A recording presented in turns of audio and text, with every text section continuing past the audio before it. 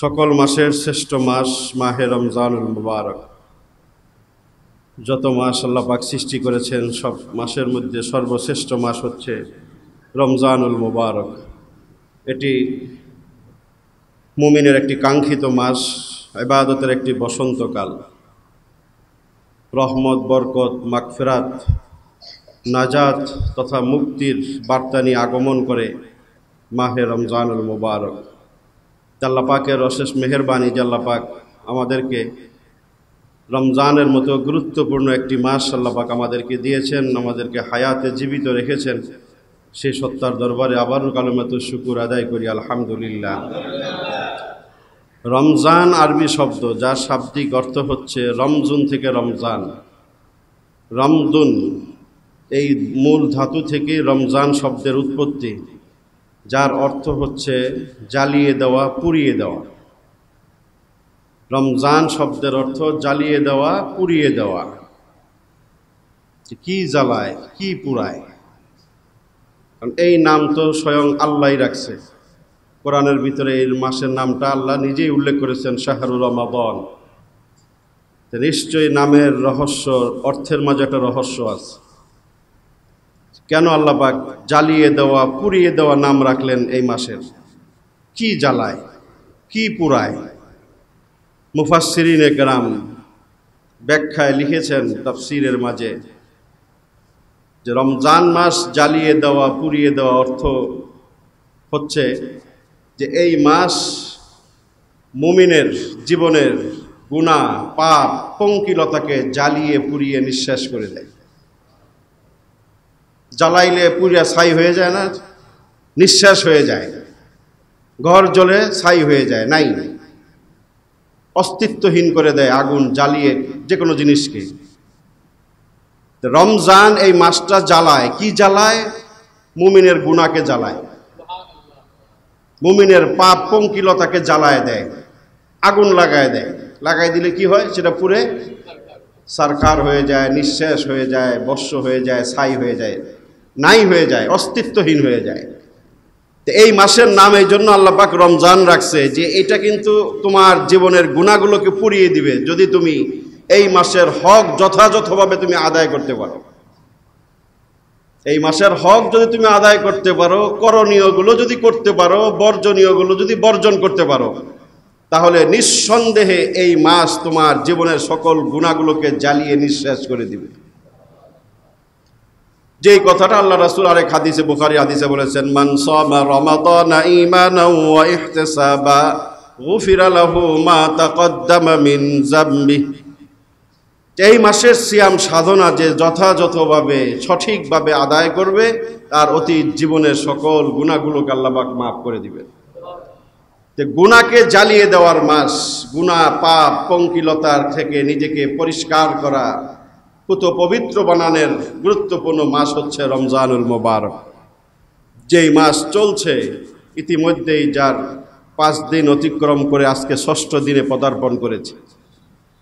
তো এই মাসের কদর করা, এই মাসটাকে মূল্যায়ন করা, এই মাসটাকে সম্মান করা, এই মাসের যথাযথ হক সঠিকভাবে আদায় করা, এটা আমাদের দায়িত্ব এবং কর্তব্য। এই মাসটাকে আল্লাহ পাক রহমত, বরকত, মাগফিরাত, নাজাতের চাদর দিয়ে ঢেকে দিয়েছেন। রহমতের চাদর দিয়ে পুরা মাসটাকে আল্লাহ পাক আবৃত করেছেন, ঢেকে দিয়েছেন। আল্লাহ পাকের রহমত অজস্র ধারায় বর্ষিত হয় এই মাহে রমজানুল মুবারক। আল্লাহর রহমত ছাড়া পৃথিবীর কোনো কিছুই টিকতে পারে না। আমি আপনিও টিকতে পারবো না 1 সেকেন্ড আল্লাহর রহমত ছাড়া। আল্লাহ কোরআনে নিজেই বলেছেন, ওয়া রাহমাতি ওয়াসিআত কুল্লা শাই। আমার রহমত, দয়া, অনুগ্রহ পৃথিবীর সকল বস্তুকে বেষ্টন করে রেখেছে।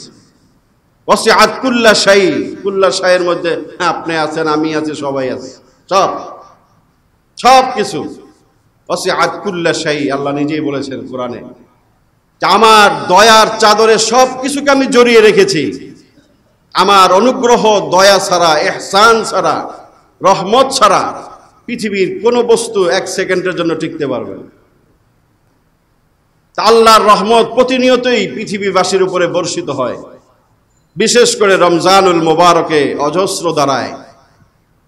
অধিক পরিমাণে পৃথিবীতে আল্লাহর রহমত বর্ষিত হয়, সেই মাসের নাম হচ্ছে রমজানুল মুবারক। এই জন্য রমজান মাসটাকে বলা হয় এটা রহমতের মাস। এই মাসের মতো এত অধিক পরিমাণে রহমত অন্য কোনো মাসে বর্ষিত হয় না। বর্ষণ হচ্ছে, আমি আপনি কতটুকু নিতে পারি সেটা হচ্ছে দেখার বিষয়। আপনার আমার নেওয়ার পাত্রটা কতটুকু পরিষ্কার, কতটুকু প্রস্তুত আছে সেটা দেখার বিষয়।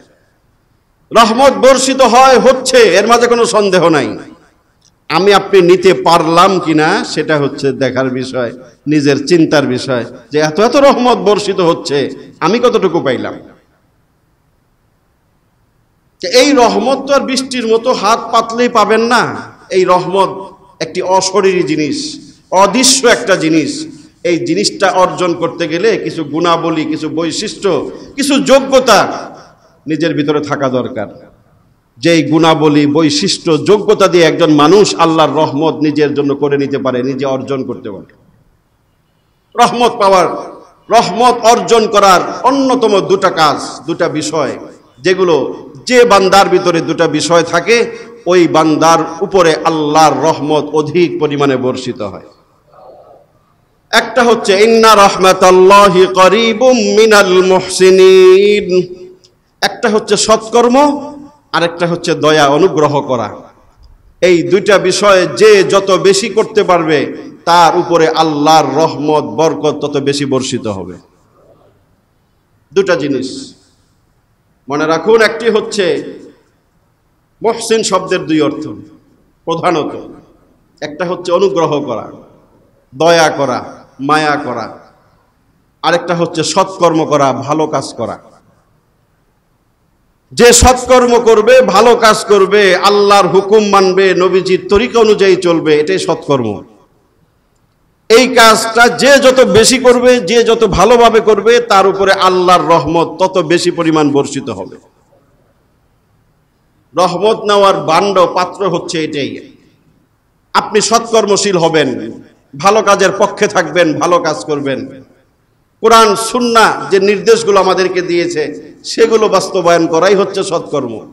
আল্লাহ কোরআনে বলেছেন ইন্না রাহমাতাল্লাহি করিবুম মিনাল মুহসিনিন, সৎকর্মশীল, ভালো কাজ যারা করে, দয়া অনুগ্রহ যারা করে, তাদের কাছে আমার রহমত খুবই নিকটবর্তী হয়, করিব, নিকটবর্তী হয়, তাদের কাছাকাছি থাকে আমার রহমত, আমার দয়া, আমার অনুগ্রহ, আমার বরকত ওই মানুষদের কাছাকাছি অবস্থান করে।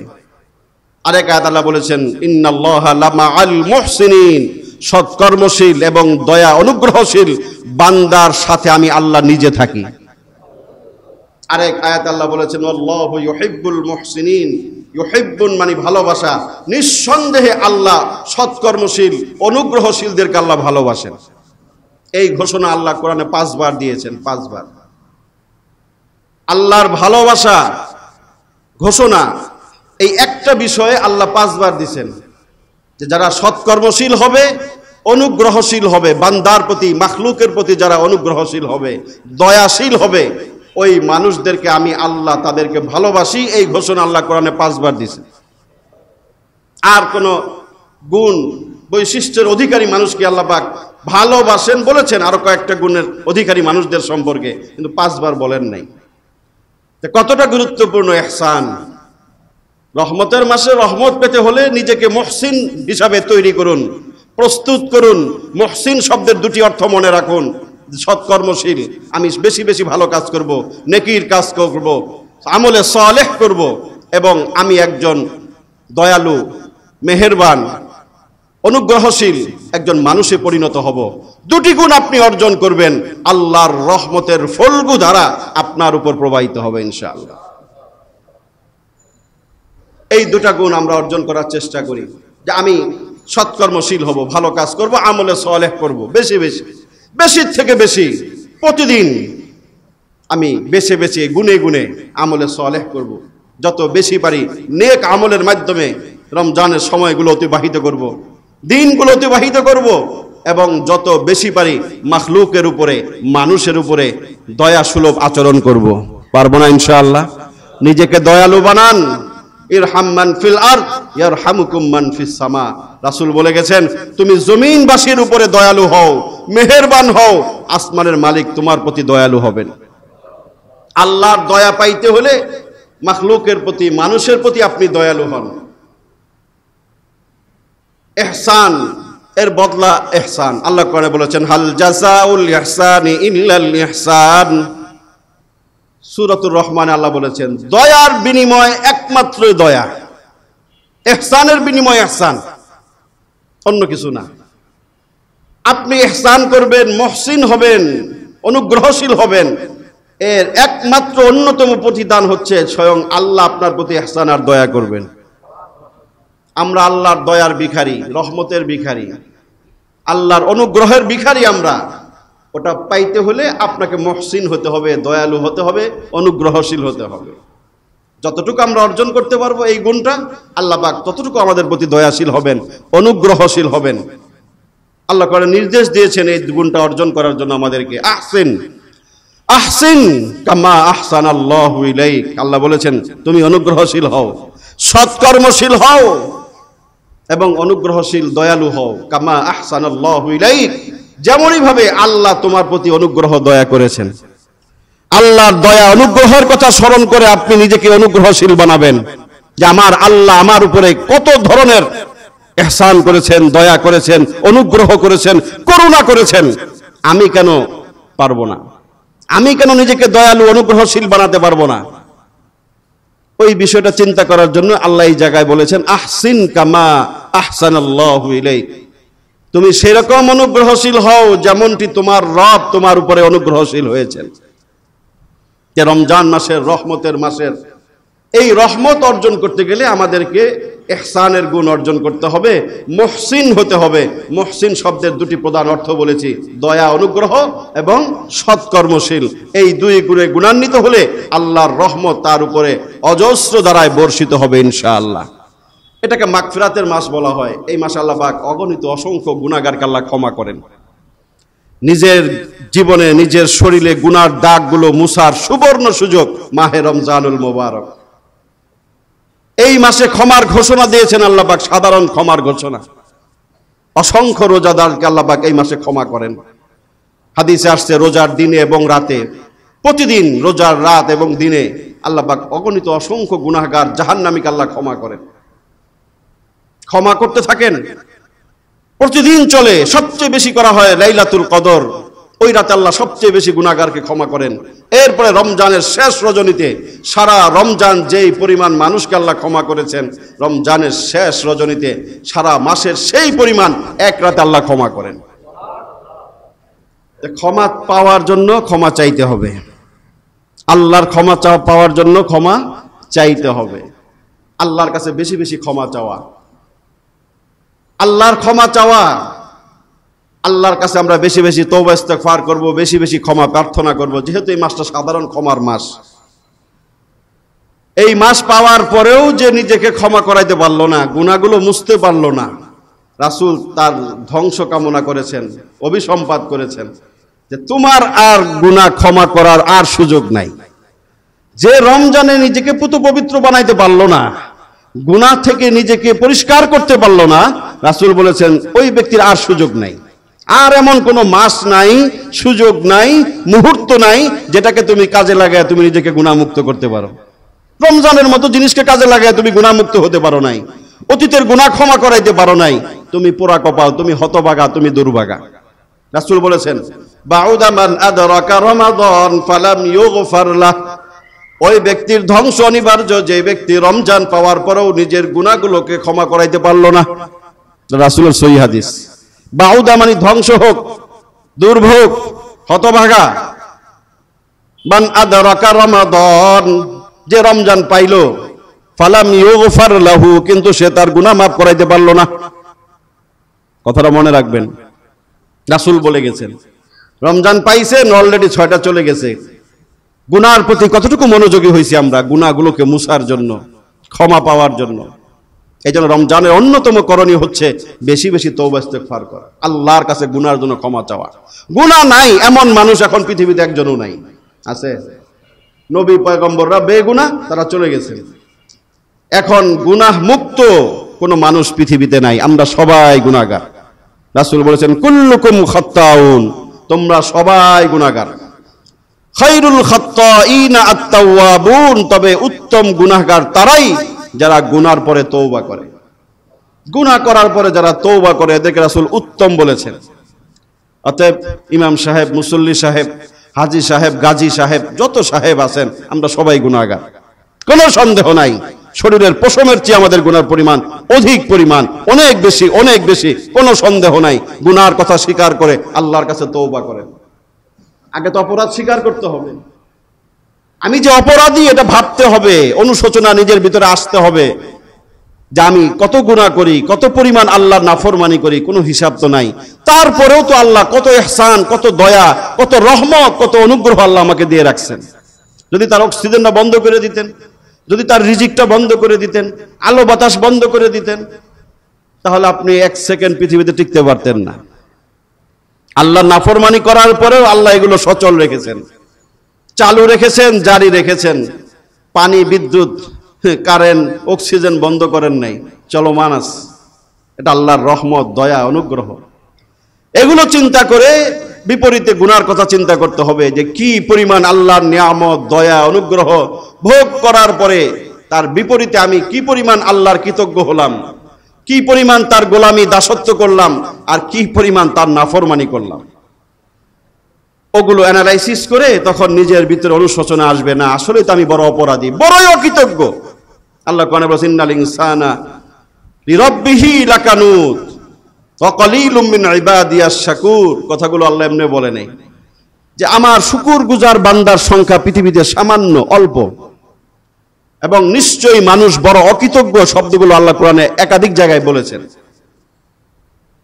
কেমনে অকৃতজ্ঞ? এই যে যেগুলো বললাম এগুলো একটু চিন্তা করলেই বুঝবেন যে আমি কত বড় অকৃতজ্ঞ, যে আল্লাহর এত কিছু ভোগ করার পরেও সেই আল্লাহরে কয়টা সেজদা দেই, সেই আল্লাহর হুকুম কতটুকু মানি আর নাফরমানি কতটুকু করি। তাহলে আপনি বুঝতে পারবেন আপনি কয় নম্বর অকৃতজ্ঞ, কয় নম্বর অকৃতজ্ঞ বান্দা আমি। তখন আপনি নিজের হিসাব নিজে মিলাইতে পারবেন। এই জন্য রমজানের ভাইরা আমার সুবর্ণ সুযোগ গুনাহগুলো মোচন করার, পাপগুলোকে মোচন করার, আল্লাহর কাছে বেশি বেশি তওবা ইস্তেগফার করা। ক্ষমার চাদরে আল্লাহ পাক এই মাসটাকে আবৃত করেছেন, ঢেকে দিয়েছেন। কত লক্ষ কোটি বনি আদমকে আল্লাহ পাক এই মাসে ক্ষমা করবেন, কত পাপিষ্ঠকে আল্লাহ মাফ করবেন। আমি যদি আল্লাহর কাছে চোখের পানি ছেড়ে হাত তুলে যদি অতীত কর্মের জন্য যদি আল্লাহর কাছে ক্ষমা চাই, আল্লাহ কি ক্ষমা করবেন না? অবশ্যই করবেন, কিন্তু ক্ষমা তো চাইতে হবে।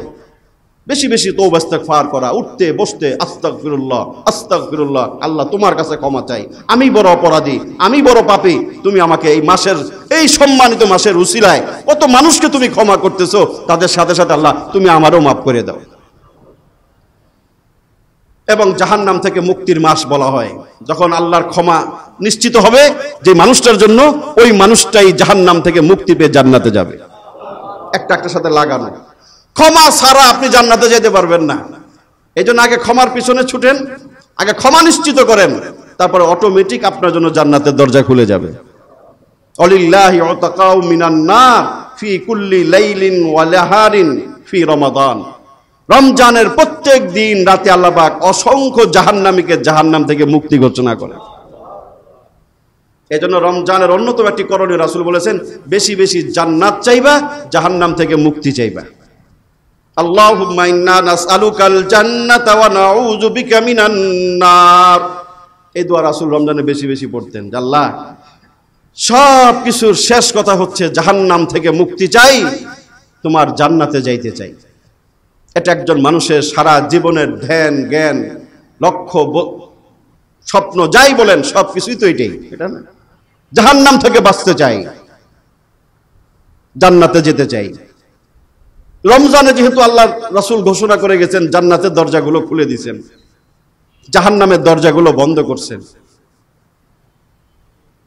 যেই জান্নাতের দরজা খোলা, ওই জান্নাতের কামনা, বাসনা, প্রত্যাশা এই মাসে রাসূল বেশি করেছেন, আমাদেরকে শিখায় গেছেন। ওই জান্নাতটা চাও, দরজাগুলো খোলা। আল্লাহ তোমাকে জান্নাতে নেওয়ার জন্য দরজাগুলো খুলে রাখছে, তুমি নিজেকে তৈরি করো, প্রস্তুত করো। রমজানের মূল থিম বলা হয় তাকওয়া, খোদা ভীতি। আর জান্নাত একমাত্র তৈরি করা হয়েছে মুত্তাকিনদের জন্য, খোদাবিরুদের জন্য। উইদ্দাত লিল মুত্তাকিন, আল্লাহ কোরআনে বলেছেন। সব কিছুর আমলের সার নির্যাস তাকওয়া, আল্লাহর ভয়। ওটার উপরেই পরকালীন ঠিকানা নির্ভর করে, নির্ধারিত হয়। যে যত মুত্তাকি হবে, খোদাবিরু হবে, আল্লাহ তার জন্য জান্নাতের রাস্তা তত সহজ করে দিবেন। এই জন্য গোটা রমজানের আয়োজন, মূল থিম হচ্ছে তাকওয়া। তাকওয়ার সার নির্যাস হচ্ছে জান্নাত। তাকওয়ার ফলাফল কি? জান্নাত। আল্লাহ কোরআনে বলেছেন উইদ্দাত লিল মুত্তাকিন, আমি তৈরি করেছি জান্নাতকে একমাত্র মুত্তাকিনদের জন্য। এই জন্য রমজানের যে জান্নাতের দরজাগুলো আল্লাহ খুলে দিয়েছেন, সেই খোলা জানালা, খোলা দরজা জান্নাতের দিকে নিজেকে ধাবিত করা, ওই জান্নাতের কামনা করা, বেশি বেশি আল্লাহর কাছে দোয়া করা, আল্লাহ তুমি আমাকে জান্নাত দিও এবং কঠিন জাহান্নাম থেকে আল্লাহ তুমি আমাকে মুক্তি দাও। রমজানে এই কামনা বাসনাটা রাসূল বেশি বেশি করতে বলেছেন আমাদেরকে, বেশি বেশি আল্লাহর কাছে এই বিষয়ে দোয়া করা। এটা রমজানের অন্যতম একটি করণীয় দায়িত্ব। রমজানে জান্নাত কামনা করা, জাহান্নাম থেকে মুক্তি চাওয়া। তো এই হচ্ছে রমজানের মূল রহমত, বরকত, মাগফিরাত, নাজাতের মাস। এই মাসে আমাদের করণীয় কি? সার সংক্ষেপে কতগুলো করণীয় আলোচনা করবো আজকে ইনশাআল্লাহ। 1 নম্বর করণীয় রোজা রাখা। রমজানের 1 নম্বর এই মাসের বিধান, অত্যাবশ্যকীয় পালনীয় বিধান হচ্ছে সিয়াম সাধনা। এর উপরে গত সপ্তাহে আলোচনা করেছি রমজানের গুরুত্ব, ফজিলত, এই মাসের গুরুত্ব, ফজিলতগুলো আলোচনা হয়েছে। এই মাসের 1 নম্বর করণীয় হচ্ছে মুমিন বান্দাদের উপরে এই মাসের সিয়াম সাধনা করতে হবে, রোজা রাখতে হবে। আল্লাহ কোরআনে নির্দেশ দিয়েছেন, ইয়া আইয়ুহাল্লাযীনা আমানু কুতিবা আলাইকুমুস সিয়ামু কামা কুতিবা আলাল্লাযীনা মিন ক্বাবলিকুম লাআল্লাকুম তাত্তাকুন। তোমরা সিয়াম সাধনা করো, এটা তোমাদেরকে মুত্তাকি বানাবে।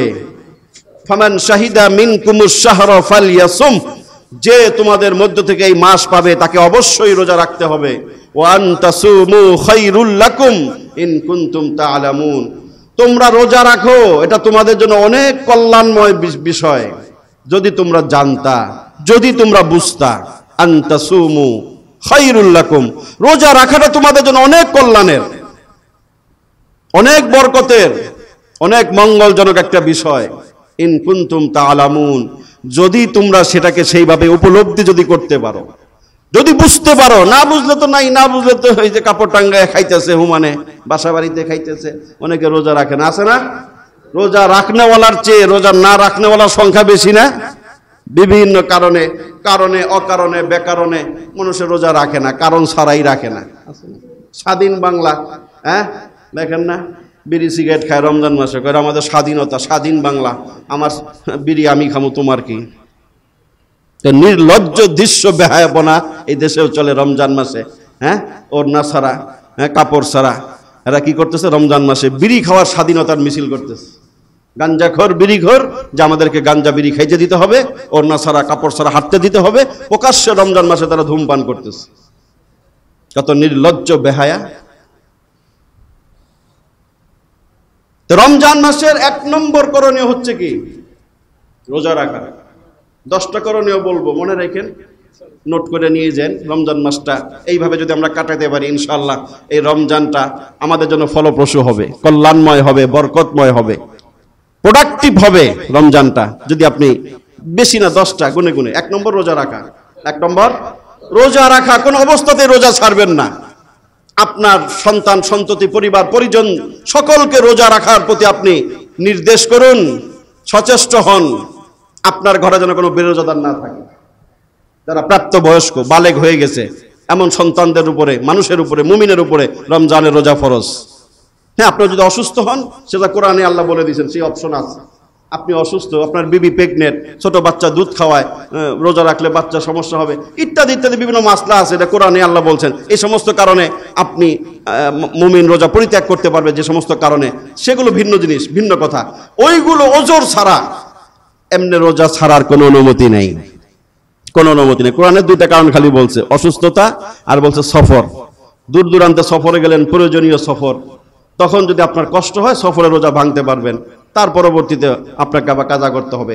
2 কারণ কোরআনে বলেছেন। ওই অসুস্থতা থেকেও যে আরো যেগুলো বললাম ওগুলো বের হয়, ওই যে প্রেগনেন্ট বা ওই যে মাসিক ঋতুস্রাব সহ, এগুলো সব অসুস্থতার ভিতরেই পড়ে। ওই সমস্ত কারণ ছাড়া রোজা ভাঙ্গার কোনো সুযোগ নাই, রাখতেই হবে। যদি তুমি নিজেকে ইমানদার মুমিন মুসলমান দাবি করো, তুমি প্রকাশ্যে আর অপ্রকাশ্যে কোথাও তুমি বিড়ি গাঞ্জাও খাইতে পারবা না, রোজা ভাঙতে পারবা না, এই অনুমতি তোমার নাই। 1 নম্বর কাজ রোজা রাখতে হবে। এর মাঝে অনেক কল্যাণ, অনেক রহমত, অনেক বরকত, অনেক ফজিলত, যেগুলো কিছু বর্ণনা করছি, অতীতেও শুনছেন, গত সপ্তাহেও কিছু বলছি, আমার বইয়ের ভিতরেও আছে, সোশ্যাল মিডিয়াতেও আছে, পাবেন। যদি কারো জানতে মনে চায় আবার দেখে নিয়ে। মোট কথা আমি একটা রোজাও ভাঙবো না, 30টা রোজাই রাখবো ইনশাআল্লাহ, ইনশাআল্লাহ। 2 নম্বর, রমজান মাসে নামাজ পড়বো জামাতের সাথে, 5 ওয়াক্ত নামাজ। নামাজ নাই, রোজা রাখছেন, কাম হইব? কোনো কাম হইব না। 5 ওয়াক্ত নামাজ সবসময় ফরজ। বিশেষ করে রমজানে প্রতিজ্ঞাবদ্ধ হব, 1 ওয়াক্ত নামাজ কাজা করব না, ছাড়বো না, এবং যথাসম্ভব জামাতের সাথে আদায় করার চেষ্টা করব। এটা রমজানের অন্যতম আমাদের 2 নম্বর কাজ। রমজানে জামাত ছাড়বো না। 5 ওয়াক্ত নামাজ তো সারা বছরই পড়তে হয়, সব সময় পড়তে হয়, এই মাসে তো অবশ্যই পড়তে হবে, অবশ্যই পড়ব। তবে জামাত যেন ছুটে না যায়, কারণ জামাতে নামাজ পড়লে 27 গুণ সওয়াব বেশি, সহিহ হাদিস। স্বাভাবিকভাবে কয় গুণ? 27 গুণ। একটা নামাজ আপনি একবার পড়লে যেই সওয়াব, ওই নামাজটা 27 বার পড়লে যেই সওয়াব, জামাতের সাথে একবার পড়লে আপনি ওই সওয়াব পেয়ে যেতেছেন। জোহরের নামাজ 27 বার পড়ছেন জীবনে, পড়ে দেখেন কেমন লাগে। 27 বার পড়ে যে সওয়াবটা পাইবেন, জামাতের সাথে নামাজটা যদি পড়েন, জোহরের নামাজটা একবার পড়ে কয়বার নামাজ পড়ার সওয়াব পাইলেন? 27 বার। বোনাস কত? কত বোনাস? এটা মাথায় রাখলে কখনো আর জামাত ছাড়তে মনে চাইব না, যে নামাজটা আমি বাসায় পড়বো, মাত্র 1 ওয়াক্ত নামাজের সওয়াব পাবো। আর ওই নামাজটা একটু কষ্ট করে মসজিদে যায় পড়ি, তাহলে রাসূল বলে গেছেন, এক নামাজ একবার পড়বো, 27 বার পড়ার সওয়াব আল্লাহ আমাকে দান করবে। এই সুযোগটা কেন নষ্ট করবো? আর রমজানে 27 আবার 70 গুণ লাগাই দিবেন, সব 70 বেড়ে যায় না? রমজানে 70 গুণ বৃদ্ধি পায়, এক হাদিসে আসছে, অনেক অন্যান্য হাদিসে আসছে বহু গুণ বৃদ্ধি পায়, অনেক গুণ বৃদ্ধি করে। এটা কতটুকু আল্লাহ ভালো জানেন।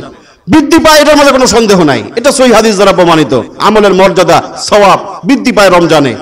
27 গুণ যদি সওয়াব বেশি হয় জামাতে নামাজ পড়লে, সেটা তো অবশ্যই রমজানের কারণে আরো বৃদ্ধি পাবে। কত বৃদ্ধি পাবে সঠিক হয়তো আমি জানি না, আল্লাহ জানেন। তাহলে সেখানে কি পরিমাণ যে সওয়াব বৃদ্ধি হবে এর একমাত্র আল্লাহই ভালো জানে। কেন আপনি সুযোগটা ছেড়ে দিবেন?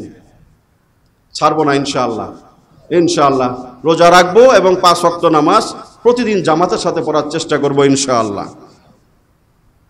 3 নম্বর করণীয়, রমজান মাসের রাতে 20 রাকাত তারাবির নামাজ পড়বো। পারবো না? হ্যাঁ, পড়ি সবাই। যদি কই পড়েন না কারা কারা, উড়াইব নাকি উড়াইব না? উড়ামো কি লিগে? হ্যাঁ, উড়াই কি নিজের প্রকাশ করবো নাকি? পড়ি না পড়ি আমার ব্যাপার। হ্যাঁ, ব্যাপারটা ভাই আপনারই, কিন্তু আমরা কোরআন হাদিসের কথা শোনানো এটা আমাদের দায়িত্ব। আমরা বলি, উদ্বুদ্ধ করি যে রমজানে কিয়ামুল লাইল, এটা তো অস্বীকার করতে পারবেন না। বিভিন্ন জনে বিভিন্ন রাকাত সংখ্যা নিয়ে প্যাচ লাগায়, বিভিন্ন বিভ্রান্তি সৃষ্টি করে, কিন্তু কিয়ামুল লাইল রমজানে ফরজ, সুন্নত, ওয়াজিব, বেতের ছাড়া আরো যে কিছু নামাজ আছে, এটা তো অস্বীকার করার কোনো সুযোগ নেই। কারণ বুখারীর হাদিস, মান কামা রমাদান ঈমানান ওয়া ইহতিসাবা গুফিরা লাহু মা তাকদ্দামা মিন যামবি। হাদিসটা বুখারীর। যে ব্যক্তি রমজানে কিয়ামুল লাইল করবে, অর্থাৎ রাত্রিকালীন নামাজ পড়বে, তাকে অবশ্যই পিছনের গুনাহগুলো আল্লাহ তার মোচন করে দিবেন। এখন কিয়ামুল লাইল আপনি বানায় নেন, কোনটা বানাবেন? পড়েন, রাতের নামাজ পড়েন। এই রাতের নামাজ 20 রাকাত সাহাবীদের যুগ থেকে, ওমর ইবনুল খাত্তাবের যুগ থেকে ধারাবাহিকভাবে চলমান। এর আগে রাসূলও পড়েছেন। আর 8 রাকাতের কথা যেটা বলেন আহলে হাদিস ভাইরা, 8 রাকাত রাসূল সারা বছর পড়ছেন। এটা বুখারী শরীফের তাহাজ্জুদ অধ্যায়ে আনা হয়েছে 8 রাকাতের হাদিসটা। এখন না বুঝলে অহেতুক তর্ক বিতর্ক করলে তো করার কিছু নাই। বুখারী শরীফের তাহাজ্জুদ অধ্যায়ে 8 রাকাত রাসূল সারা জীবন, সারা বছর, সারা মাস তাহাজ্জুদের নামাজ পড়তেন। ওই কথাটা বুখারীতে আসছে তাহাজ্জুদের অধ্যায়ে। এটা রাসূল সারা বছর, সারা মাস করতেন, প্রত্যেক মাসে এই আমলটা করতেন, 8 রাকাত তাহাজ্জুদ পড়তেন। কিন্তু রমজানে আরো কিছু নামাজ তিনি বাড়ায় পড়তেন। যে হাদিসটা পড়লাম, ওই হাদিসে রাসূল বলেছেন কমাল রমাদান, রমজানে যারা কিয়ামুল লাইল করে, তাহলে সেটা কোনটা? জবাব দেন আহলে হাদিস ভাইয়েরা। সেটাকে আমরা তারাবি বলি। যে তাহাজ্জুদ আমল ছাড়াও এক্সট্রা একটা আমল কিয়ামুল লাইল রমজানে আছে, রাসূল বলে গেছেন, ওটা তারাবি। 40 রাকাত পড়েন, সমস্যা নাই তো। 20 রাকাতে পড়া যাবে না? আপনি 20 রাকাত তারাবি পড়ে গেলেন মসজিদে, আবার বাসায় যায় যদি আরো 20 রাকাত যদি আপনি নফল পড়েন, তাহাজ্জুদ পড়েন, নিষেধ আছে? রাসূল যে রাকাতগুলো পড়েছেন রমজানে সেগুলো দীর্ঘ সময় নিয়ে পড়েছেন, এটা তো বহু হাদিস দ্বারা প্রমাণিত। তা আপনার 8 রাকাতওয়ালারা কত ঘন্টা লাগায় নামাজ পড়েন বলেন দেখি। আপনারা একটা বিষয় নিয়ে আপনারা বিভ্রান্তি ছড়াচ্ছেন বা কথা বলেন যে এটা রাকাত সংখ্যা নিয়ে। তো রাসূল তো 2 রাকাত নামাজ পড়ছেন ঘন্টাখানিক সময় লাগায়া, দীর্ঘ কোরআন তেলাওয়াত করছেন 2, 4, 8 রাকাতের ভিতরে। আপনি কি সেটা করতেছেন? তাহলে আপনি কিভাবে রাসূলের সাথে মিলাইতেছেন? অতএব এ সমস্ত বিষয়গুলোর মাঝে মানুষের ভিতরে বিভ্রান্তি ছড়াবেন না, মানুষকে আমল থেকে দূরে সরাবেন না। আমরা তো বলি হ্যাঁ 8 রাকাত যদি তাহাজ্জুদের নামাজ, যেটা রাসূল সারা বছর পড়েছেন, তারাবি রাসূলের সহিহ হাদিস দিয়ে প্রমাণিত, রাকাত সংখ্যা 20 রাকাত, ওমর ইবনুল খাত্তাবের যুগ থেকে ইমামের পিছনে 20 রাকাত জামাতবদ্ধভাবে তারাবির নামাজ, এটাও প্রমাণিত। সাহাবায়ে কেরামের ঐক্যমতের দ্বারা এটা প্রতিষ্ঠিত এবং প্রমাণিত। এটাকে বেদাত বলা বা এটাকে শরীয়তের অংশ মনে না করার কোনো কারণ নাই, কোনো সুযোগ নাই। আপনি গুনাহগার হবেন, বিভ্রান্তকারী হবেন। আল্লাহ পাক আমাদেরকে সঠিকটা বুঝে আমল করার তৌফিক দান করেন। অতএব এই সুবর্ণ সুযোগ নষ্ট করবেন না। রমজানে 20 রাকাত তারাবির নামাজ পড়ার একটা সুবর্ণ সুযোগ আল্লাহ আপনাকে দিয়েছেন। মসজিদগুলোতে সুরলিত কণ্ঠে হাফেজদের তেলাওয়াত হয়, কুরআনুল কারীমের তেলাওয়াত হয়। আপনাকে কোরআন অবশ্যই আকর্ষণ করার কথা যদি আপনি ইমানদার হন। ইমানদারের কাছে কোরআন একটা আকর্ষণীয় জিনিসের নাম। কোরআনের তেলাওয়াত রাসূলের যুগে আবু জেহেল, আবু লাহাব, এই সমস্ত কাফের মুশরিক বেঈমানদেরকেও কোরআন আকর্ষণ করত রাসূলের তেলাওয়াত শোনার জন্য। তারাও রাসূলের বাসার কাছে যে কান লাগায় রাসূলের কোরআন শুনত। আর আমি আপনি মুসলমান, কোরআনের আকর্ষণ নাই। কত পার্সেন্ট লোক রোজা রাখে আর তার মধ্যে কত পার্সেন্ট লোক তারাবি পড়ে, হিসাবটা বের করেন। অনেকে হয়তো কেউ অনেক রোজা রাখেন, কিন্তু রোজা রাখনেওয়ালা সবাই কিন্তু আবার তারাবি পড়ে না। কেন? এটা নফল, না পড়লেও হয়। কোরআনের প্রতি আকর্ষণ নাই, না আপনি পরিপূর্ণ মুমিন হতে পারেন নাই। মান লাম ইয়াতাগান্না বিল কুরআন ফালাইসা মিন্না, রাসূল বলেছেন যাকে কোরআন আকর্ষণ করে না, কোরআনের গান যার কাছে ভালো লাগে না, রাসূল সরাসরি বলেছেন সে আমার উম্মতেরই অন্তর্ভুক্ত না। আপনি যদি নিজেকে মুমিন দাবি করেন, আপনার ভিতরে কোরআনের আকর্ষণ থাকতে হবে, যে না আমার কোরআন শুনলে ভালো লাগে, কোরআনের তেলাওয়াত শুনলে মজা লাগে, কোরআনের আলোচনা শুনলে ভালো লাগে। এই আকর্ষণ যদি আপনি ফিল করেন, অনুভব করেন, তাহলে বুঝবেন আপনার ভিতরে ঈমান আছে, আপনি মুমিন, আপনার ভিতরে ঈমান এখনো জাগ্রত আছে। আর যে না কোরআনের আসর ভালো লাগে না, কোরআনের আলোচনা মজা লাগে না, কোরআনের তেলাওয়াত ভালো লাগে না, গানের আসর ভালো লাগে, গান মজা লাগে, আপনার ভিতরে কিন্তু ঈমান নষ্ট হয়ে গেছে। ঈমানের ভিতরে পচন ধরছে, কোনো সন্দেহ নাই। আপনি মনে করতে পারেন যে আমার ঈমানটা মনে হয় আস্তে আস্তে নষ্ট হয়ে যাচ্ছে। তাহলে কোরআন কেন ভালো লাগবে না? যদি ভালো যাদের কাছে লাগে তারাই সারাদিন রোজা রেখা 20 রাকাত তারাবিতে দাঁড়ায় আল্লাহর কোরআন শুনে, ঠিক না? হ্যাঁ, কষ্ট হয় না? কষ্ট তো হবেই।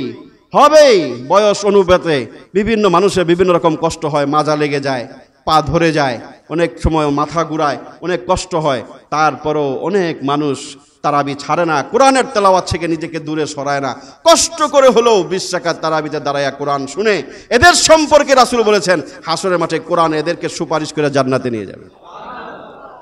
ইন্না সিয়ামা ওয়াল কুরআন ইয়াশফাআন লিল আবদি ইয়াউমাল কিয়ামাহ। আল্লাহ রাসূল বলেন সিয়াম, রোজা এবং কোরআন হাসরের মাঠে ওই আমলকারী ব্যক্তিদের জন্য সুপারিশ করবে। ইয়াকুলু সিয়াম রব্বি ইন্নী মানাতুহুত তাআম ওয়াশ শারাব ফাশফি'নি ফীহি। রোজা বলবে আল্লাহ দিনের বেলা আমি তাকে খাইতে দেই নাই, পানাহার করতে দেই নাই, আমি তাকে খানা পিনা যৌনাচার থেকে বিরত রাখছি, আল্লাহ তুমি এই মানুষটার ব্যাপারে আমার সুপারিশ কবুল করো। রোজা বলবে এইভাবে।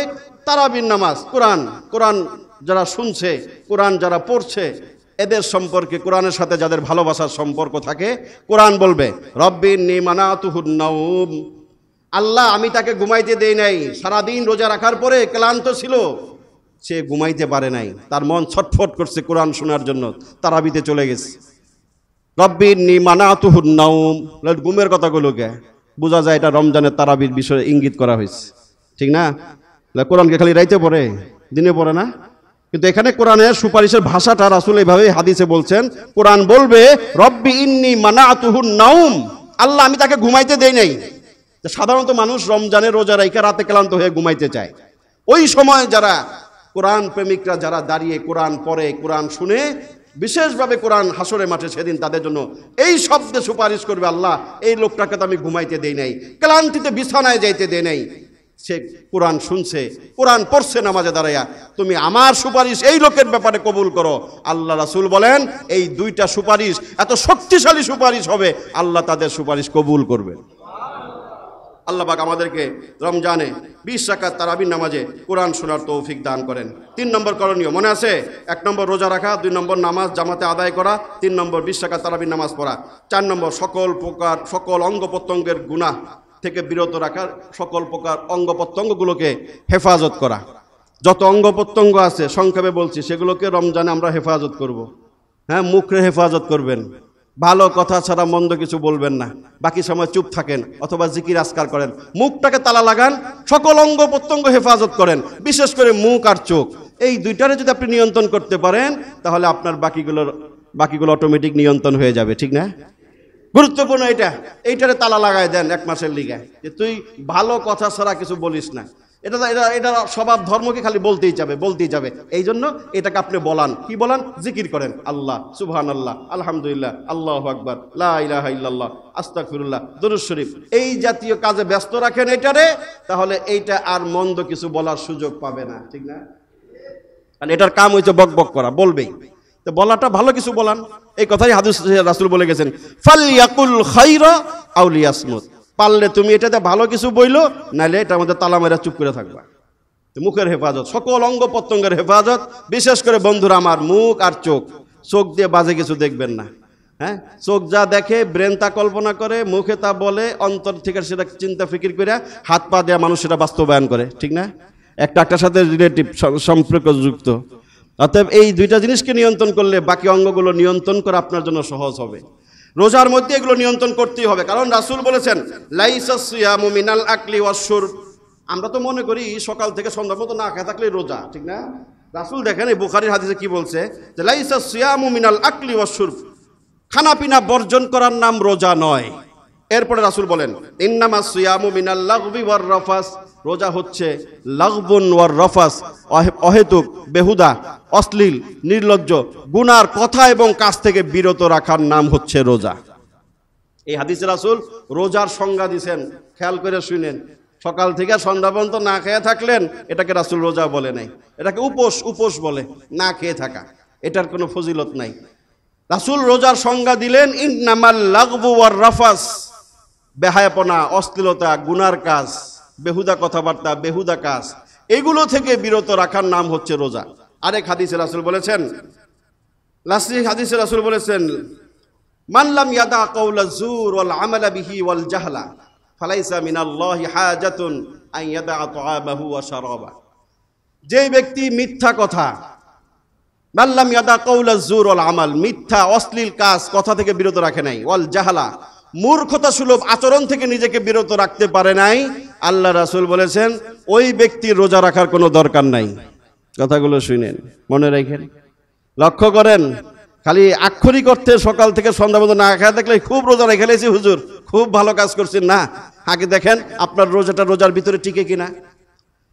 আল্লাহ রাসূল স্পষ্ট করেই বলেছেন ওই মানুষদের রোজা রাখার দরকার নাই যারা রোজা রেখে গুনাহ ছাড়তে পারো নাই, অঙ্গ প্রত্যঙ্গের গুনাহ ছাড়ো নাই। বিশেষ করে এখানে মুখের কথা বলছেন, মাল্লাম ইয়াদা কাউলা যুর ওয়াল আমালা বিহি, মিথ্যা কথা, জবরদস্তিমূলক কথা, গীবত শেখায়াত, অন্যের পরচর্চা, নিন্দা, গীবত, পরচর্চা করা, ইত্যাদি ইত্যাদি, এই কাজগুলো যে ছাড়তে পারে নাই, মূর্খতা সুলভ, অজ্ঞতা সুলভ আচরণ, কর্মকাণ্ড, বেহায়াপনা, নির্লজ্জতা ইত্যাদি কাজ যারা পরিহার করতে পারে নাই রোজা রেখে, রাসূল বলছেন তার রোজা রাখার কোনো দরকার নাই। অতএব আপনার চিন্তা আপনি করে দেখবেন যে আপনার রোজাটা কার্যকর হচ্ছে কিনা, নাহলে রোজা রাখার দরকার নাই। রাসূল কইছে তাহলে তুমি খায়া ঘুমাও, কোনো সমস্যা নাই। তুমি রোজা রাখতেছো, নামাজ পড়তেছো না, রোজা রাখতেছো, চুরি করতেছো, ঘুষ খাইতেছো, মিথ্যা কথা বলতেছো, গালাগালি করতেছো, মুখে যা আসে তাই বলতেছো, হাত দিয়ে যা খুশি তাই করতেছো, চোখ দিয়ে যা খুশি তাই দেখতেছো, তোমার গুনাহ চালু অনবরত চলতেছে, আর সকাল থেকে সন্ধ্যা মতো না খেয়ে থাকতেছো। এই ভণ্ডামির কোনো দরকার নাই, তোমার এটাকে রোজা হিসাবে আল্লাহর দরবারে গণ্য হবে না। অতএব সাবধান, রোজাকে টিকাইতে হলে আপনাকে অঙ্গ প্রত্যঙ্গের হেফাজত করতে হবে, গুনাহ ছাড়তে হবে, সকল প্রকার মিথ্যা বর্জন করতে হবে। আল্লাহ আমাদেরকে তৌফিক দান করেন। 4 নম্বর গেল। 5 নম্বর, বেশি বেশি কোরআন তেলাওয়াত করা। রমজানের করণীয় বলতেছি, বেশি বেশি কি করব? কোরআন তেলাওয়াত। কোরআন নাজিলের মাস, সারা বছর পড়েন না, একটু কোরআনের সাথে মহব্বত সৃষ্টি করেন, কোরআন শুনেন, কোরআন পড়েন, কোরআন বুঝেন, কোরআন মানেন, কোরআনের সাথে মহব্বত গড়ে তুলেন। আপনার জীবন চমকাবে, আপনার দুনিয়া আখিরাত চমকাবে। কোরআন থেকে দূরে সরে গেছি আমরা অনেক। শপথ নিন, প্রতিজ্ঞা করুন যে এই ভাইরা কোরআন শিখতে জানেন না, আপনাদের হাতে পায়ে ধরে অনুরোধ করি আপনি রমজান মাসে কোরআন শিক্ষাটা আপনি শুরু করুন। আমাদের কাছে আসুন, আমরা আপনাদেরকে শিখাবো। আগ্রহ নিয়ে আপনাকে আসতে হবে, আমরা প্রয়োজন আপনাকে ফ্রি সার্ভিস দিব, কিন্তু আগ্রহটা আপনার ভিতরে জন্মাতে হবে। কত কিছু শিখলেন, এখনো যে ভাইয়েরা কোরআন শিখেন নাই, অনুশোচনা হওয়া দরকার, অনুতপ্ত হওয়া দরকার। আল্লাহর সামনে আমি কি জবাব দিব? শিক্ষা শুরু করুন, সন্তানকে শিখান। যে ভুল নিজে করেছেন ওই ভুল আপনি সন্তানের ক্ষেত্রে করেন না, তাহলে আপনি ডাবল আসামি হবেন। সন্তানকে কোরআন শিখান, সন্তানকে মাদ্রাসায় পাঠান, কোরআন যেখানে শিখানো হয় সহি শুদ্ধভাবে সেই জায়গাগুলোতে আপনার সন্তানকে পাঠান। মৌলিক শিক্ষা, বুনিয়াদী শিক্ষা সন্তানকে কোরআন শিক্ষাটা দেন।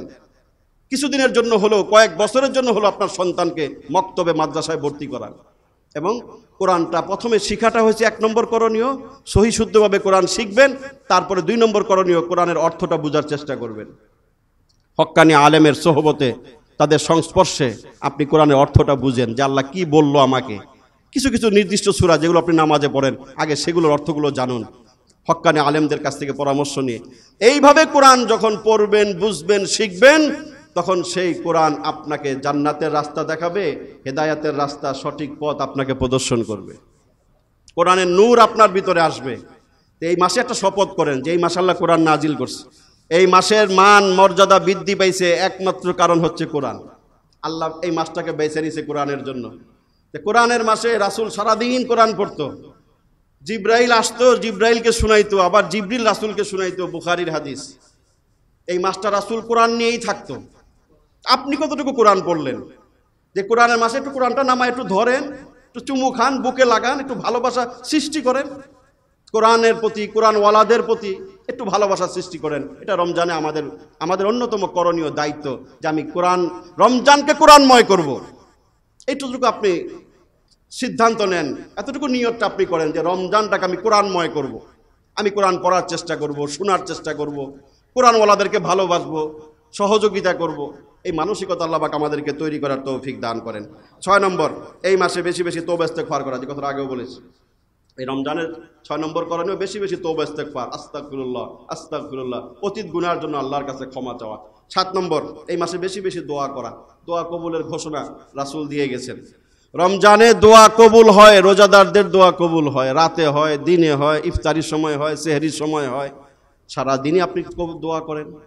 মুখুল ইবাদাহ, দোয়াকে রাসূল বলেছেন সকল ইবাদতের সার নির্যাস, মগজ বলেছেন। নিজের দোয়া নিজেই করেন, হুজুর ভাড়া করে দোয়া করার দরকার নাই, আপনারটা আপনি করেন। ইফতারের সময় দোয়া করেন, খালি জিলাপি পিয়াজু নিয়ে ব্যস্ত হয়ে যায় না, তখন দোয়ার সময়, আল্লাহর কাছ থেকে চেয়ে নেওয়ার সময়, ওই সময়টা কাজে লাগান। তাহাজ্জুদের সময় দোয়া কবুল হয়। রমজানের সময়গুলো কাজে লাগানো, বাইসা বাইসা ওই যা সময়গুলো, মুহূর্তগুলোতে আপনি আল্লাহর কাছে হাত ওঠান। আপনার সমস্যা, সুবিধা অসুবিধা আল্লাহর কাছে সরাসরি বলেন, কোনো ভায়া মাধ্যমের দরকার নাই। আল্লাহকে বলেন, যে কথা মানুষকে বলা যায় না সেই কথা আল্লাহর কাছে বলা যায়। এই মাস দোয়া কবুলের মাস, মাথায় রাখবেন। বেশি বেশি দোয়া করবেন, দুনিয়ার কল্যাণ, আখিরাতের কল্যাণ। দুনিয়ার দোয়াও করবেন, আখিরাতের দোয়াও করবেন। দুনিয়ার ভালো, আখিরাতের ভালো, দুনিয়ার কল্যাণ, আখিরাতের কল্যাণ, উভয়টাই পাশাপাশি করবেন। আল্লাহ আমাদেরকে এই মাসে বেশি বেশি দোয়া করার তৌফিক দান করেন। 8 নম্বর, এই মাসে দান সদকা করা। এটা এই মাসে অন্যতম একটি গুরুত্বপূর্ণ আমল। রাসূল সম্পর্কে বুখারী শরীফে আসছে, আজওয়াদুন নাস, রাসূল ছিলেন পৃথিবীর মানুষদের মধ্যে সবচেয়ে বড় দাতা এবং দানশীল ব্যক্তি। সুবহানাল্লাহ কইবেন না? রাসূল সবচেয়ে দানশীল ব্যক্তি ছিলেন, এই কথাটা হাদিসে বুখারীতে আসছে। অথচ রাসূল কি কোটিপতি ছিলেন? শিল্পপতি ছিলেন? হ্যাঁ, 2-4-10টা বাড়ির মালিক ছিলেন? গাড়ি, বাস, স্টিমার, লঞ্চ, ট্রাক বাড়ি ছিল? তাহলে দান করতে মন লাগে, নিয়ত লাগে, মানসিকতা লাগে। রাসূল মানুষের কাছ থেকে ঋণ করে হলেও দান করছে। তা বুখারী হাদিসে আসছে তিনি আজওয়াদুন নাস, মানুষের মাঝে সবচেয়ে দানশীল ছিলেন। রমজানে তার দানশীলতা আরো বেশি বৃদ্ধি পাইত, যেমন প্রবাহিত বাতাসের চেয়েও তার দানশীলতার গতি আরো বেড়ে যেত। সুবহানাল্লাহ। আর আমরা অনেকে রমজান আসলে হাতটা গুটাই নিই, ঠিক না? ব্যবসায়ীরা রমজান আসলে মানুষের পকেট কাটার চেষ্টা করে, কত হীন নিকৃষ্ট মানসিকতা। বিভিন্ন দেশের দাম কমে, আরে বেটা তুই কমাইতে না পারস, বাড়াইস না। হ্যাঁ, তুই যে এই যে রমজানের রোজাদার সাথে গাদ্দারিটা করলি, তুমি ব্যবসায়ী, তুমি কি আল্লাহর কাছে এই তুমি সারা মাস রোজা রাইখা এই কাম হইব এগুলা? হ্যাঁ, তুমি রমজানের উসিলায় সুযোগে তুমি দামটা বাড়ায় দিলা। এই কাজ যে ব্যবসায়ীরা করছেন, আপনারা আল্লাহর কাছে কি জবাবটা দিবেন একটু চিন্তা করেন। হ্যাঁ, খেজুরের দাম বাড়ায় দিলেন, চিনি যেগুলো দাম মাসে ইফতার করে, রোজার মানুষের যেগুলো কাজে লাগে যে পণ্যগুলা, ওইগুলা বাড়ায় দেয়। এই ভণ্ডামি প্রতারণা বাটপারি করে তুমি আবার জান্নাতের স্বপ্ন দেখো? ও ব্যবসায়ী ভাই, এত সোজা না। তোমারে যেমনে রাসূল বলে গেছে সৎ ব্যবসায়ী হইলে রাসূল, নবী, রাসূল, সিদ্দিকদের সাথে তোমার হাসর হবে, সেইভাবে অসৎ ব্যবসায়ীদের শাস্তির কথা তুমি শুনো নাই? ওটা মনে রাখো। এটা আমাদের দেশে একটা নিকৃষ্ট কালচার। হ্যাঁ, ব্যবসায়ীদের অসাধুতা। রমজান আসলেই রমজানের নিত্য পণ্যগুলোর দাম বাড়ায় না। আপনি রমজানে দানশীল হবেন। রাসূলের হাদিসটা মনে রাখবেন যে রাসূল দানশীল ছিলেন রমজানে। আমি কেন রমজানে কার্পণ্য করবো? কেন আমি 2 নম্বরই করবো? কেন আমি দ্রব্যমূল্যের দাম বাড়াবো? পারলে মানুষকে উপকার করবো বেশি থেকে বেশি, পারবো না ইনশাআল্লাহ? দান সৎকার ভিতরে ফরজ দান সৎকা হচ্ছে জাকাত, বছরে একবার দিতে হয়।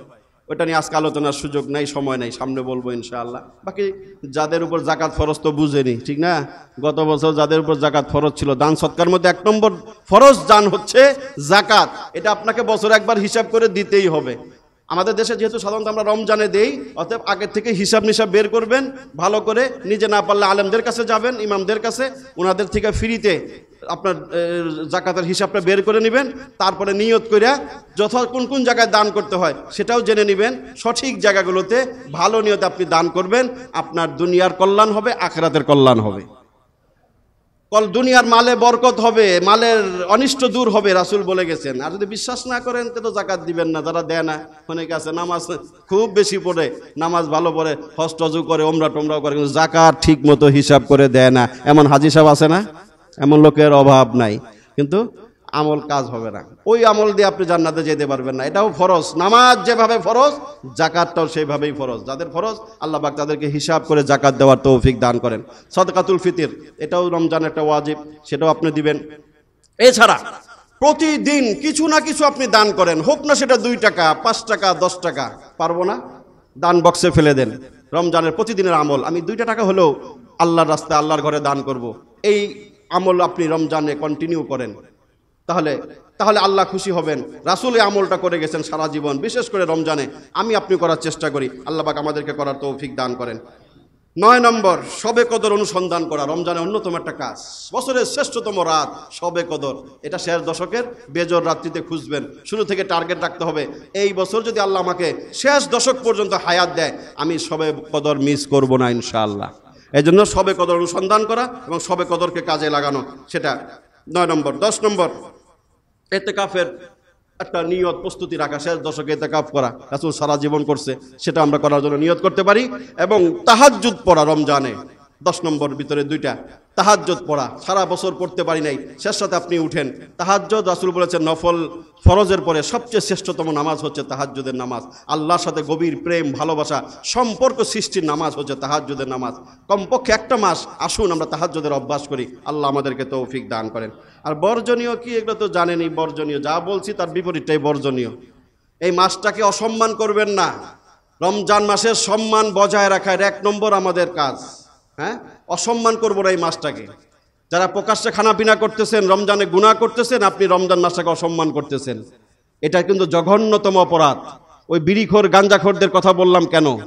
রমজান মাসে প্রকাশ্যে আপনি খানাপিনা করতে পারেন না, আপনার মনে হচ্ছে আপনি বাসায় যেয়ে খাবেন। কিন্তু আরেকজনের ধর্মীয় অনুভূতিতে আঘাত করা, প্রকাশ্যে বেহায়াপনা, নির্লজ্জতা, অশ্লীলতা করা, এটা কিন্তু মুসলমান মাইনা নিতে পারে না, ঠিক কিনা বলেন? এটা মনে রাখবেন, মহল্লার ভিতরে হোক আর যেখানে হোক, আপনি বেহায়াপনা, অশ্লীলতা করবেন, এই মাসটাকে অসম্মান করবেন, মুমিন মুসলমান আপনাকে ছেড়ে দিবে না। আপনি দোকানদার হন, চাওয়ালা হন, যেই হন, কথা মনে রাখবেন, সাবধান সাবধান। আজকে ওই বিড়িখোর, গাঞ্জাখোররা ওখানে যে ঘটনাটা ঘটেছে, কেন ঘটেছে? রমজান মাসে প্রকাশ্যে ধূমপান করতেছে মহিলা। নারী পুরুষ বলে কথা নাই, গুনাহ গুনাই। নারী করলেও গুনাহ, পুরুষ করলেও গুনাহ। তুমি রোজা রাখো না, ঠিক আছে, এতটুকু অধিকার যদি তুমি পেতেই পারো, যদি বলো যে আমার অধিকার আছে, রোজা রাখবো না, ঠিক আছে, কিন্তু প্রকাশ্যে তুমি রোজাদারের সামনে ধূমপান করে, ওকে পানাহার করে তুমি এই মাসটাকে অসম্মান করতে পারো না, ঠিক না? রোজাদারদের ধর্মীয় অনুভূতিতে আঘাত করার অধিকার তো আমাদের সংবিধান তোমাকেও দেয় নাই, ইসলাম তোমাকে দেয় নাই। অতএব এগুলো একটু খেয়াল রাখবেন, এগুলো যেন আপনার আমার মহল্লায় চতুর্পাশে কোথাও যেন এই সমস্ত এই মাসকে অসম্মান যেন কেউ না করে। না রাখেন রোজা, সেটা আপনার ব্যাপার, কিন্তু এই মাসের অসম্মান কিন্তু বরদাস্ত করা হবে না। কোথাও যেন এগুলো না হয়, এই মাসটাকে আমরা সম্মান করব, সম্মান বজায় রাখা, পবিত্রতা বজায় রাখা, এটা আমাদের দায়িত্ব। প্রকাশ্যে কোনো গুনাহ করা সবসময় নিষেধ। গুনাহ আল্লাহ বলেছেন ওয়াজারু যাহিরাল ইসমি ওয়া বাতিনা, প্রকাশ্য গোপন সব রকম গুনাহ ছাড়ো। তবে এই মাসের সম্মানে কমপক্ষে আপনি প্রকাশ্য গুনাহ ছাড়েন।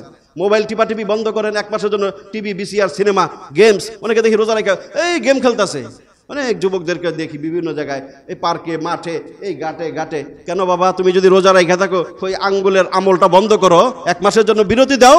পাবজি এটা এক মাস না খেললে হয় না তোমার? তুমি সারাদিন মোবাইল টিপতেছো, সিনেমা দেখতেছো, নাটক দেখতেছো, হ্যাঁ, নারী পুরুষের ছবি দেখতেছো, তোমার রোজা কই? হ্যাঁ, একটু আগে যা বলছি ওয়াজ মনে রাখলে মিলায় দেখবা তোমার রোজা হয় কিনা। কি দরকার আছে? এক মাসের জন্য টিভি বন্ধ করেন, ফেসবুকে সময় দেওয়া বন্ধ করেন, একটু আমলের প্রতি মনোযোগী হন, জান্নাতমুখী হন। আল্লাহ পাক আমাদেরকে তৌফিক দান করেন।